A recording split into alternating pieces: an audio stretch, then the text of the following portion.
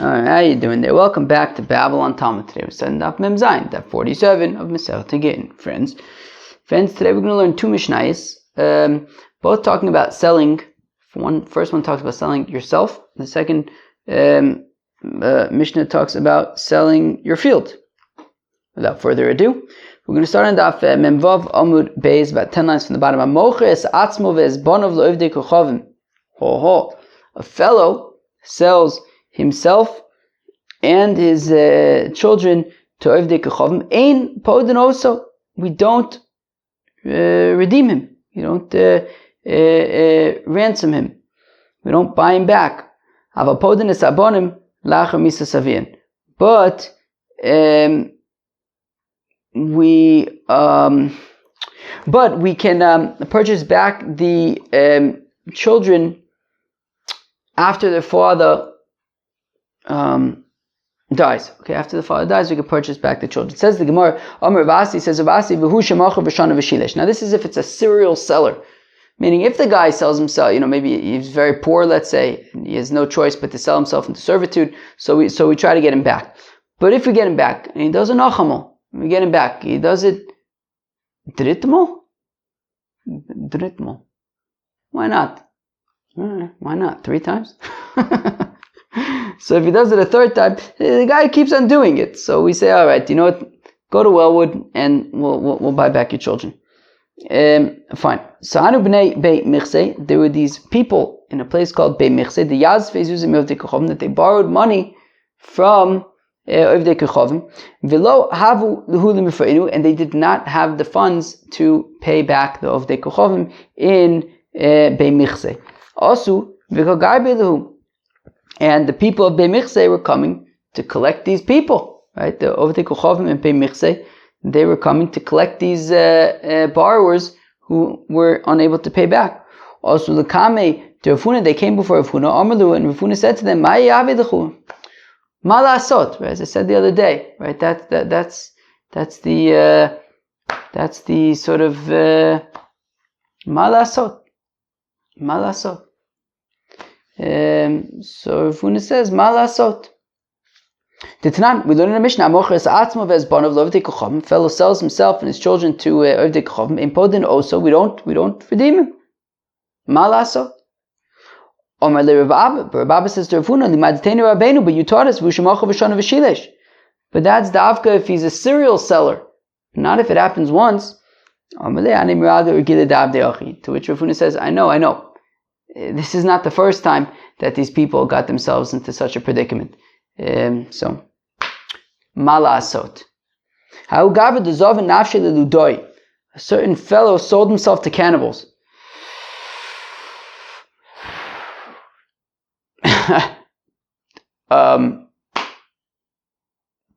That sounds risky.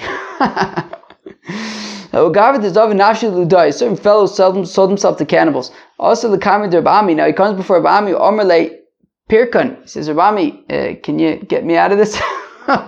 Okay. Omerle Rabami says to him, well, let's see. Tanan, we learn in our Mishnah. The fellow sells himself and his kinderlach to Ovdei Kechavim.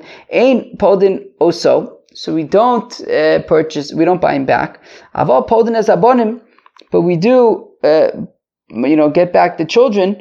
Says that goes after the father dies, mishum kokula, because to try to help out the kids. Meaning, you have a father who's a serial seller. He keeps selling himself to Ovdei Kechavim. Well, as long as he's alive and he's with the kids, so he can give the kids. He can give them a Yiddish chinuch. He can teach them properly. But once he's in Wellwood, so now what's going to be with these kids, right? They're among the Ovdei Kechavim. Their father is gone. Who's going to teach them, right, the Darkei Hashem? So at that point we get them back. So he says, now certainly over here, where he sold himself to cannibals, meaning if we're concerned, not that these kids are going to die, but that they're going to go off the derech, and we want to bring them back, certainly if this guy is going to be killed by these cannibals, certainly we got to get him back. But the rabbis said to Rabbi how you saw mummerhu. Yeah, but this guy who sold himself to cannibals, he's a mummer. He's a fellow who does averis. He's a mummer. Fellow does averis. because they saw him, they saw him eating nevelis and treifis. Omar lehu, to which Rabbi says, yeah, but but I'll say that he's not, right? There's the concept of mumar is a fellow who does averis, I guess averis befarhesia, somebody who kind of bets him is not interested in Torah mitzvahs. Now there's two kinds. There's a mumar l'teyavun and a mumar lahachis. A mumar l'teyavun is a fellow who just can't control his urges. Pasha, he just needs to eat nevelis and treifis. It looks so good. Okay, so it doesn't mean any harm necessarily. It's just he can't control himself. So that's not as serious as mumar lahachis, which is no. It's not about controlling himself. He's angry with God, and he wants to anger God. He says, God, I don't care. I want to eat nevelis and treifos just to make you angry. So that's a more severe level. So Rabbi Ami suggested to these students that, well, yes, einachinami, I don't doubt that you saw this fellow eating nevelis and treifos, but maybe he was eating it because he couldn't control his urges. But he didn't mean any harm. Amrulei ve'azimnin dikater v'isura kame v'shavik ater v'achil isura, to which they said, that's very nice of you, Rabbi Ami, but the truth is we've seen him with kosher meat and non-kosher meat right next to each other, and he could have easily eaten the kosher meat, and even so, he went for the non-kosher meat, i.e., it's not because he just can't control himself. He could have easily just taken the kosher meat, and that would have been fine. But he did it lahachis. So, Omer Lei, so Rami says to this fellow, Zil, lo koshavkeli da parkinoch, they're not going to let me redeem you because, apparently you're not redeemable material, so good luck. Okay, that must have been a awkward conversation. Okay. Okay. Rish Lakish zavin nafshe leludoi. So now Rish Lakish wanted to sort of get rid of these cannibals because the cannibals are it's low name that there should be cannibals. So Rish Lakish says, I'm going to solve the cannibal issue. Now, as Tosfos points out, and don't think I'm fancy, I don't learn Tosfos. The Art Scroll said Tosfos says it's, according to Tosfos, it's a one-line Tosfos. Rashi, Tosfos at the top of the daf says, Rish Lakish zavin nafshe leludoi kodim shechozu lemutav timstam lo haya. So the following story Tosfos wants to say was from before Rish Lakish was Rabbi Yochanan's chavrusa and the great first generation Amora Rish Lakish. This was before then when he was Rish Lakish the ganif. No, I don't know if he was a ganif, but he was a bandit. He was a bandit. So it was in his bandit days that the following events transpired. Rish Lakish zavin nafshe leludoi. Rish Lakish sold himself to the cannibals because he wanted to basically rid the world of them. Shakol ba'adei chaysa v'golgata, and he took with him a sack that had some kind of heavy metal object in it. Omar, and he said, Gemire diyoma basra kol daboy minayu avdelei. I have intelligence that I have intel that on the last day of your life, before they eat you, they give you a last wish, and they will grant it. So ki'echid admei, I don't really know what that means. So it'll make it easier to say you'll go down easier, so that your blood will be sweeter. I don't know, whatever. They give you your wish. Yom Basra amulei ma'nicholoch. So sure enough, came Rish Lakish's supposed final day, and they say, okay, Rish Lakish, what do you want to do? Amalu, he said, what I want to do is, ba'ina akamtinchu va'osvinchu. I want to tie you all up and sit you down. And then I would like to proceed and whack each one of you 1.5 times. Kamtinu v'osvinu. So he tied them up, sat them down. So remember, he requested 1.5 blows. So he went around, and for each one, he would give a starke blow. Nofak nishmase, and the fellow would pass out. Charkine l'shine, and when he got, knocked on the head with this sack with a heavy metal object in it, his teeth would like grind together, and it almost looked like he was smiling. To which Rish Lakish, what's the word I'm thinking of? Rish Lakish, not cashed in on it, exploited this. What happened to my vocabulary? My vocabulary is gone. Okay, Sharna, is this because I don't sleep enough? Maybe. Is it possible that because I don't sleep enough, like I'm forgetting, like my I just like don't know how to speak anymore? I don't know. Anyways, so to capitalize, to cash in on, to exploit, I don't know, Rish Lakish. So he wanted. So basically, the guy got the wind blown out of him, and then his teeth got clenched together when he got knocked on the head by Rish Lakish with a heavy metal object, and it looked like he was smiling. To which I can't remember the word. To which Rish Lakish then says, "You're laughing at me." He says, "You're laughing at me? Well, I still have another half a blow I can use to finish you off." Katlinu kulu, and like that, he killed them all off, and that was the last the world ever heard of the cannibals. Nafak v'asa, and then he went home. I guess the cannibals weren't particularly bright. I don't know, or at least somehow they didn't realize what they were getting themselves into. Now, Yosef ka'achul v'shasi. Now I guess fast forwarding to, it sounds like when Rish Lakish was the great Amora Rish Lakish, and so I guess he would sit and he would eat and he would drink, and he lived a very simple lifestyle. And one time he was just eating and drinking. Amr le Barte, and his daughter says to him, "Lo bois miti the mazgale, don't you want to buy yourself something comfortable to sleep on at least?" Amr lo biti crazy kari. To which Rish Lakish says, "My stomach is soft enough, is good enough to sleep on." Okay. Kinoch nafshe. When Rish Lakish died, Shava Kabed Amerika, he left as an inheritance for his heirs a kav of saffron. Like, not exactly, a humongous inheritance. And nonetheless, there's a pasuk in Tehillim that says that the Nudniks leave their possessions for other people. And even though Rish Lakish had barely anything left, all he had is a shtickle saffron to give to his kids, still he said, I left over too much. I guess he didn't.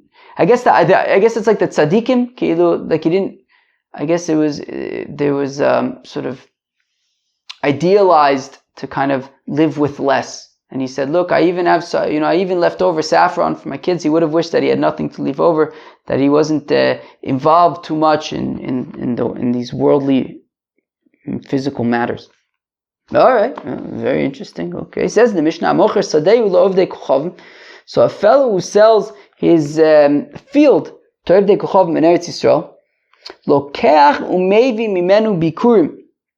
So he buys back the fruits from the field, and he brings bikurim mipnei tikkun olam, because of tikkun olam. We're going to have to understand what this means. So that what the Mishnah says is that if a fellow sells his field to an Ovdei Kochavim in Eretz Yisrael, so what he does is every year, when it's time for the first fruits, he buys the first fruits from the Ovdei Kochavim, and he brings those as bikurim to the Beis Hamikdash because of tikkun olam. Fine.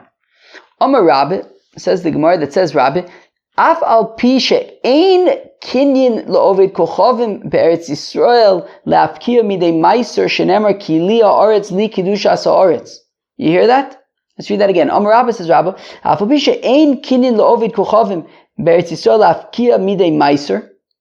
That a yid, there's no.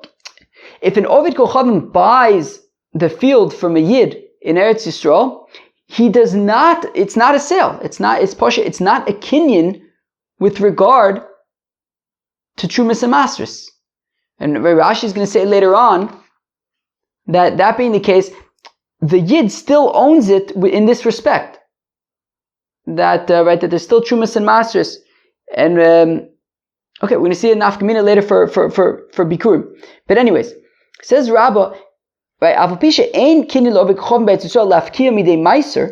that with regard to Meiser, that we don't consider it like the Ovik Chavim purchased the field. Shenema, as the pasuk says, Ki li haaretz li kedushas haaretz, that to me God belongs the land, belongs the kedusha, the holiness of the land, that cannot go into the hands of in Ovik Chavim. Aval, however, yesh kinyan Ovik Chavim Beit Yisrael lachbar ba'boris sheichin umayris, but in Ovik Chavim can purchase property in Eretz Yisrael, and it's his property. He could dig ditches and things.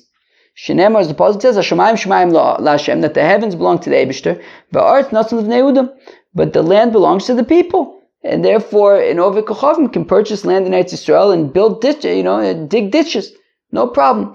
But the Gabi Kedusha, he can't purchase that. The Kedusha Sa'aretz remains.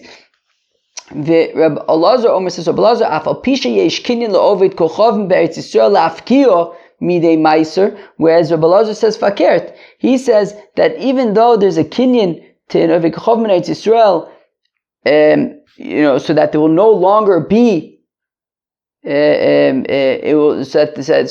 it will no longer be chayiv in Trumas and Masers. Meaning, so if now a yid purchases produce from that field, if a yid purchases produce from that field, he will not need to separate Trumas and Meiser. Right, again, says Reb Elazar, if an Ovik Chavim purchases a field in Eretz Yisrael, it no longer is it's not chayiv in Trumas and Meiser anymore. And if a yid purchases produce from that field, he does not need to separate Trumas and Meiser.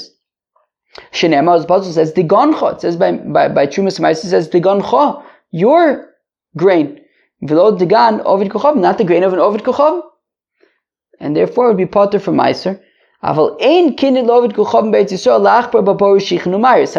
Rabbi Elazar, an Ovik Chavim cannot purchase land in Eretz Yisrael to dig ditches and things. Shenemar, as the Pasuk says, LaHashem haaretz, that the land belongs to the Eibishter.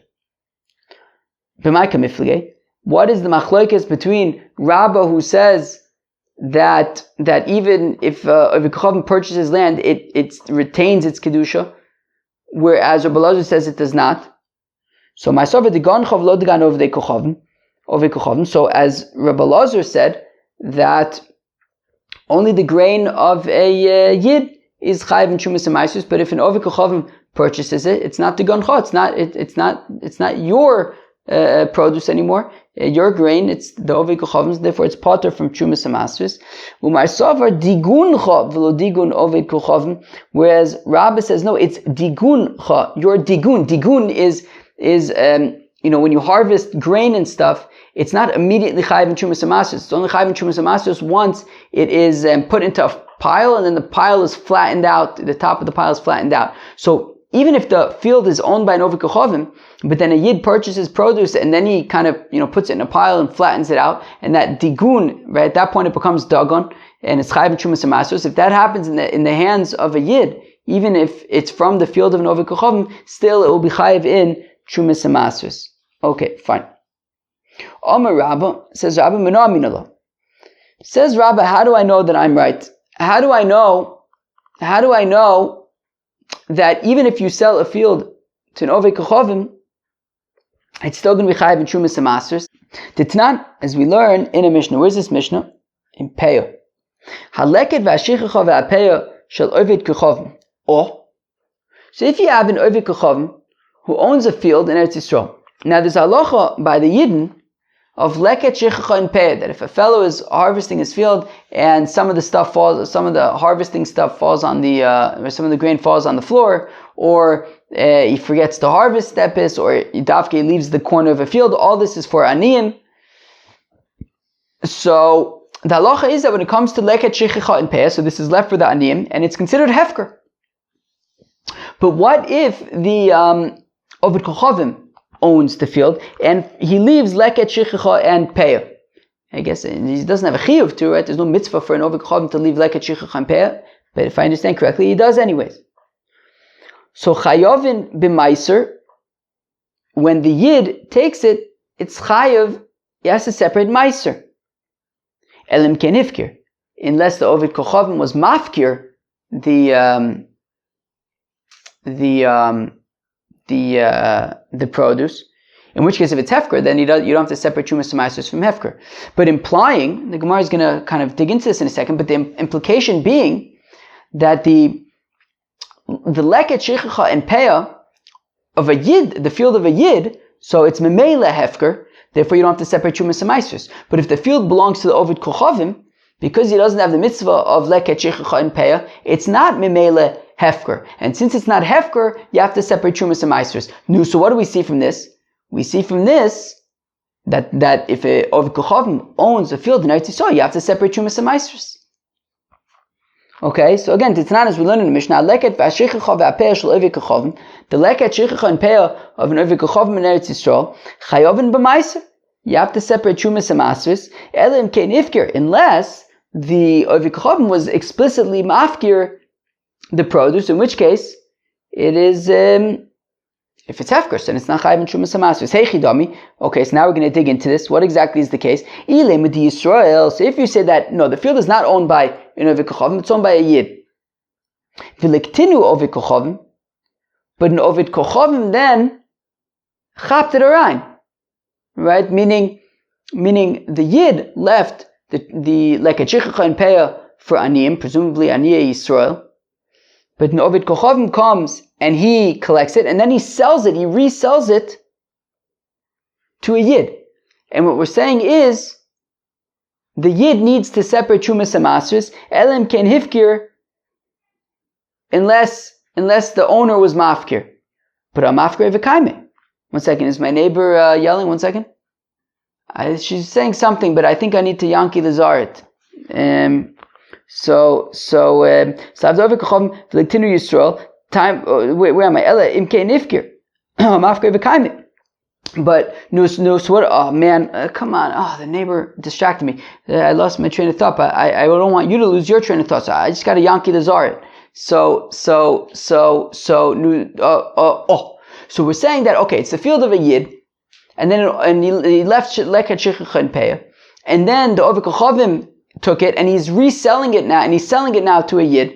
And we're saying that the yid needs to separate Trumas and Maasros unless the owner of the field, the yid who owns the field, was mafkir. What do you mean lefkir was mafkir? Leket shechicha and peah memela is be'etzim hefker already. So what does it mean? Who's being mafkir? It already was hefker. It's leket shechicha and peah. It's already hefker. So therefore that wouldn't make sense.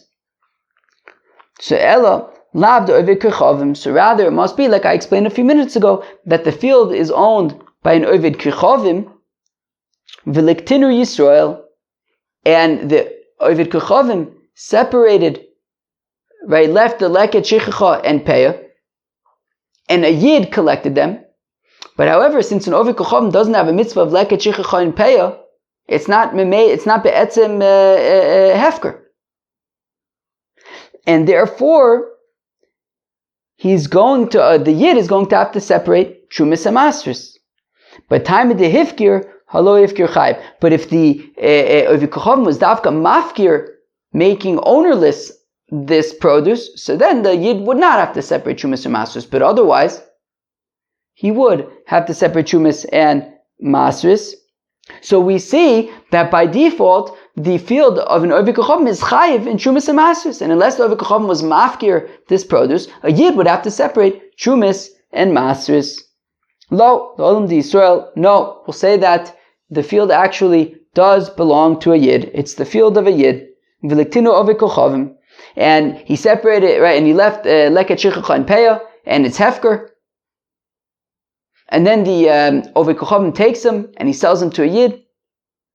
And we're saying that the yid has to separate Trumas and Maasros unless the original owner was mafkir them. V'dika to mafkir v'kaimeh. And if you're going to say, yeah, but what do you mean? Why would the owner have to be mafkir them? They already are hefker. It's leket shechicha and peah. Nehid the mafkir adaita di Yisrael, adaita Ovid Kochavim mi mafkir. Look, leket and shechicha and peah are hefker for yidden, But it's not necessarily hefker for Novi Kochavim to take it, and therefore if Novi Kochavim takes it and then resells it, we won't necessarily consider it to be hefker, and the Yid who purchased it from Novi Kochavim is going to have to separate Chumas and Masris unless the original owner was dafka mafkir the produce. So this is not a proof. We can't necessarily learn out anything from here regarding the status of a field purchased by Novi Kochavim in Eretz Yisrael, because we explained that this Mishnah could be talking about a field owned by a Yid. Toshma, come in here.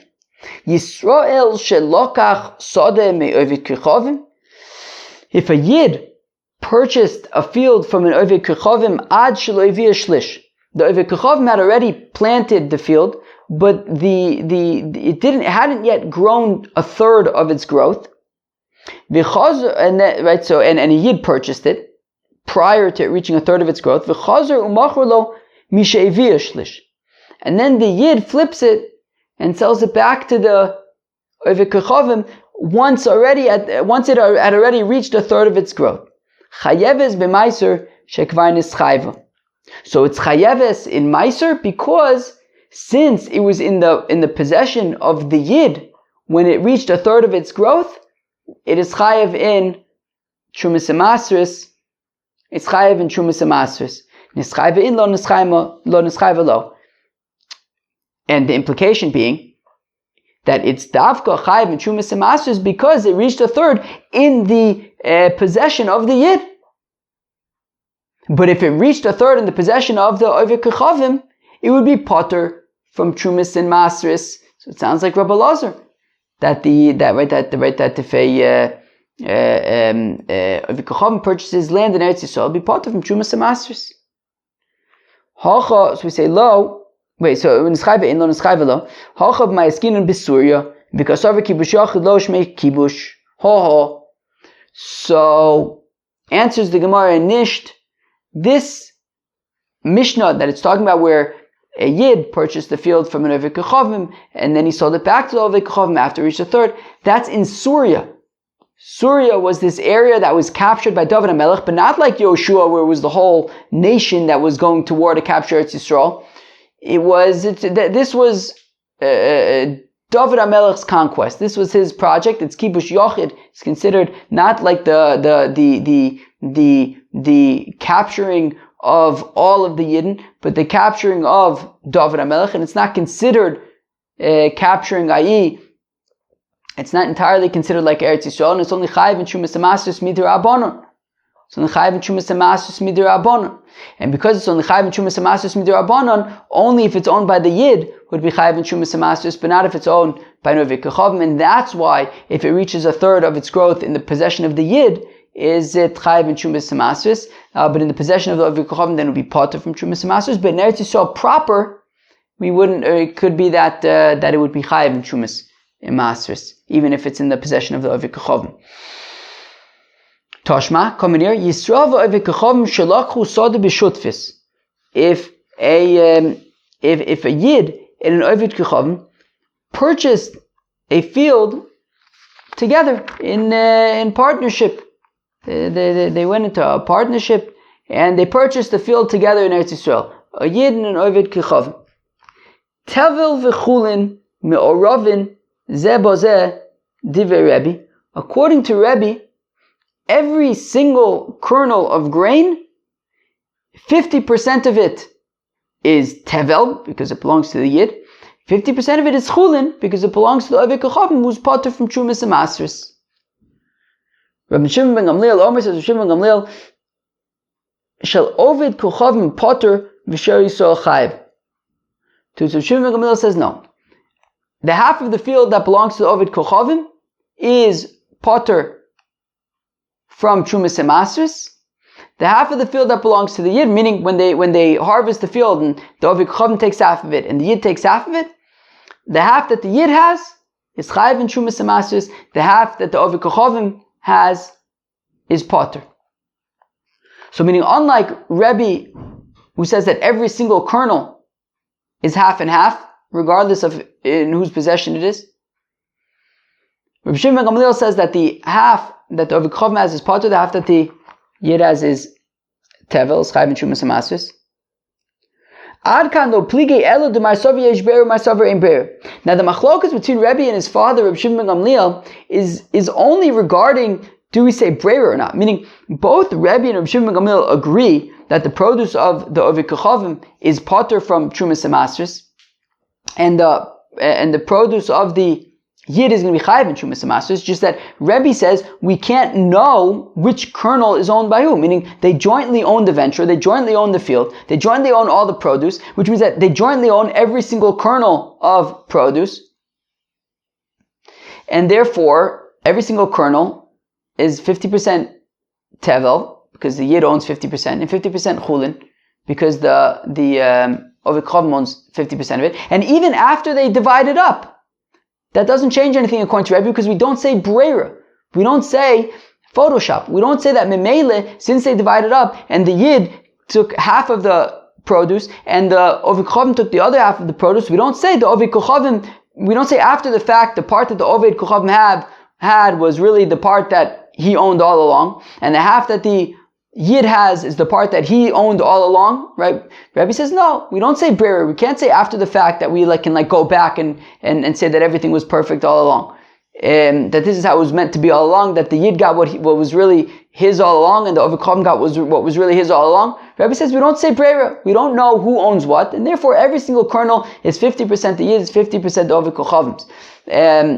Whereas his father, Shimon ben Gamliel, says, no, we could say breira, and therefore we say, look, once they divide it up, we can then go back and say that the Yid got the 50% of the field that was really his all along, and the Ovid Kochavim got the 50% that was really his all along, and therefore his half is potter, and the Yid's half is chayv. But Rebbe and his father just argue about, is each and every kernel 50% tevel, 50% chulin, or could we say that the Ovid Kochavim has all of the chulin, and the Yid has all of the tevel. But both agree, however, and this is of course the main point, that both agree, however, that the produce of the Ovid Kochavim is chulin, is potter from Trumas Amasris. So we see that a field owned by an Ovid Kochavim in Eretz Yisrael is potter from Trumas Amasris, it's chulin.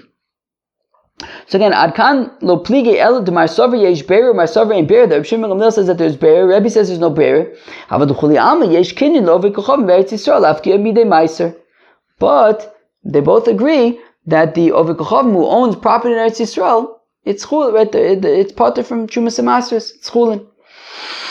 Hachanami b'Surya v'kasav kibush yachadosh mekibush, to which the Gemara answers, this also is in Surya, which is only chayiv in Trumas Amasris midrabanan, and that's why it's potter in Eretz Yisrael. It could be that it would be chayiv. Fine.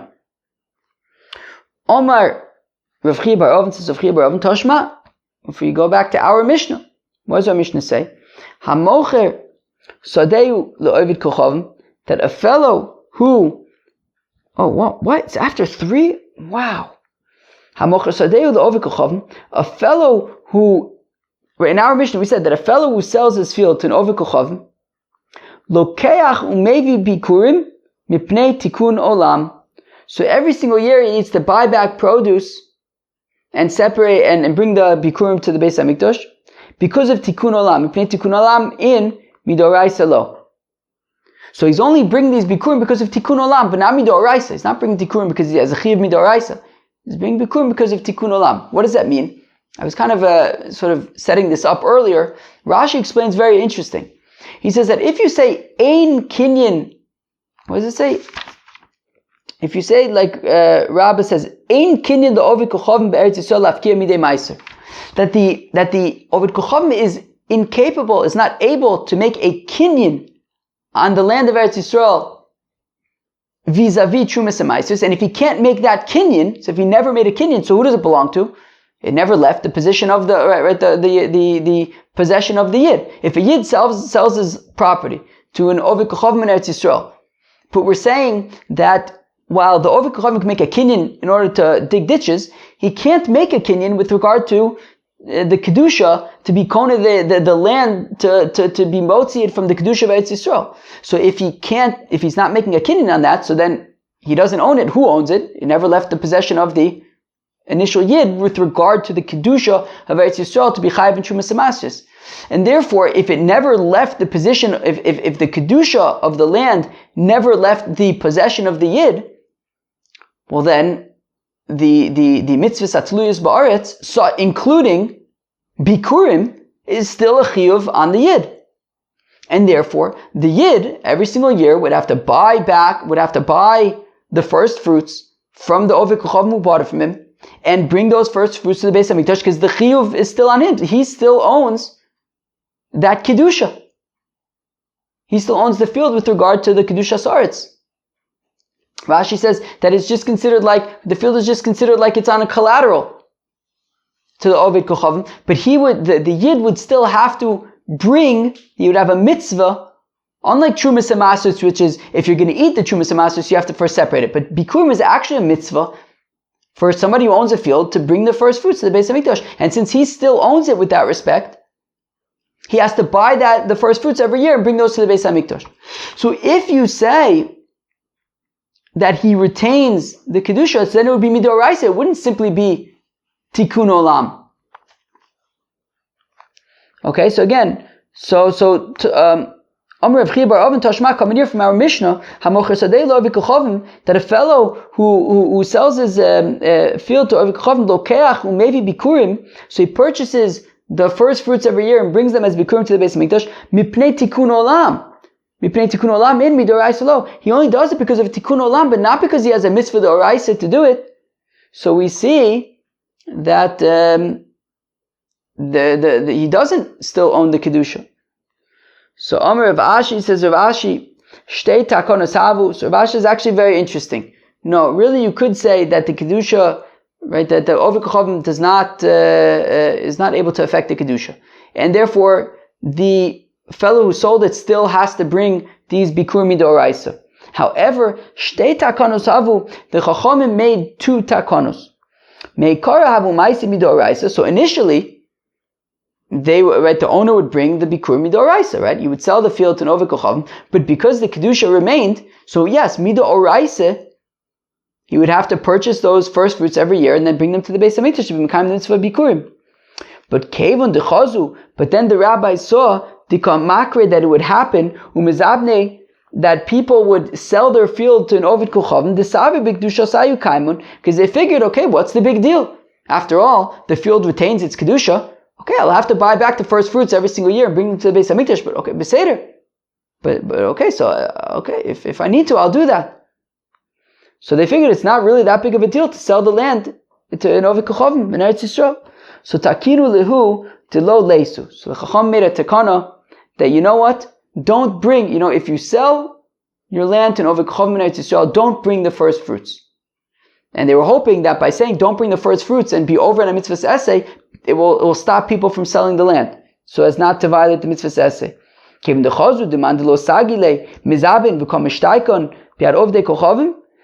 then when they noticed that, but what was happening is, if a fellow needed to sell the field, he would sell the field, and they would basically be stuck by the Oved Kochavim, because since he wasn't purchasing the first fruits, right, because the Chacham said not to, so it was basically, because purchasing the first fruits, not only are you purchasing the first fruits, but it also kind of like drives home that really wants you to purchase back the whole field. But since the Chacham said don't bring the first fruits if you sell your field to an Oved Kochavim, so they were just kind of leaving it there with the Oved Kochavim. And that wasn't working. So hadu takinu lu delesu. So interestingly, they weren't mevatel their takana, they made another takana, which was, you know what? No, even if you sell your fruits, your field to an Oved Kochavim in Eretz Yisrael, buy back the first fruits and bring those as bikurim. So basically, yes, really, when you sell your field to an Oved Kochavim in Eretz Yisrael, the kedusha remains, and the kedusha remains, or at least you can argue that the kedusha remains. And midoraisa, the original owner who sold it, has a chiyuv to bring bikurim, midoraisa. The rabbis, though, wanted to discourage people from selling their land, so they made a takana not to bring the bikurim in the hope that people will stop selling their land. That didn't work, so they made a separate takana that, you know what, do buy it back and bring bikurim. And that second takana, though, was just a takana de rabbanon. That's the tikkun olam, to kind of fix things. Friends, we're going to stop over here. I think tomorrow's daf is going to be a little complicated. We're going to finish the parak tomorrow. I think these next few days are going to be shtickle complicated. Soon enough, actually, the next parak, which we're going to get up to tomorrow, as the Gemara is about the destruction of the Beis Hamikdash, which it's already Chodesh Tammuz. These are the Gemaras that you're allowed to learn on Tisha B'Av. So hopefully, at least those Gemaras will. We've had a lot of very intense Gemaras that we've had to work through recently, and it's not letting up just yet. Cheved, that was Daf Mem Zayin of Masechta Gittin. We learned about the fellow who sells himself and his kids to Ovdei Kechovim, and we said that if he keeps on doing it, so then we don't purchase him back, and we don't get him back anymore. Then we got into an interesting machlokas between Rab and Rabbi Lazar about if a fellow sells his land to Ovdei Kechovim in Eretz Yisrael, does it retain? Rabbi says it retains the kedusha, whereas Rabbi Lazar says it does not. Very interesting machlokas. Okay, friends, that was Daf Mem Zayin of Masechta Gittin. I hope you enjoy. Peace out.